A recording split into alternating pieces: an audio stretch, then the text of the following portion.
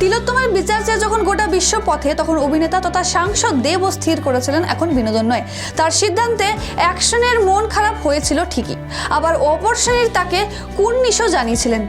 দেব বরাবরই রাজনৈতিক ছবির অভিনেতা, তবে সময়ের সঙ্গে সঙ্গে পাল্টেছেন ছবির ধাঁচ, পাল্টেছে তার ছবির চিত্রনাট্য। যদিও বক্স অফিসে ভাটা তার ক্ষেত্রে খুব একটা চোখে পড়ে না।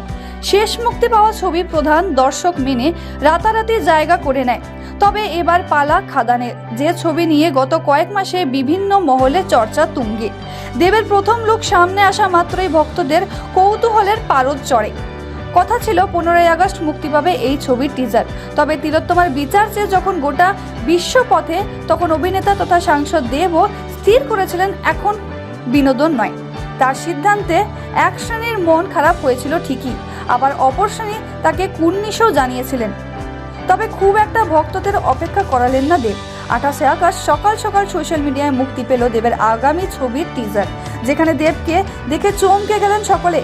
অ্যাকশন লুকে ঝড় তুললেন বক্র মনে। ছবির মেকিং এর যেটুকু ঝলক মিলল তাতেই সকলে আশায় বুক বাঁধছেন। এদিন সোশ্যাল মিডিয়ায় টিজারের সামনে এনে দেব লিখলেন, বাংলার সবচেয়ে বড় ছবি আসছে এই বড় দিনে।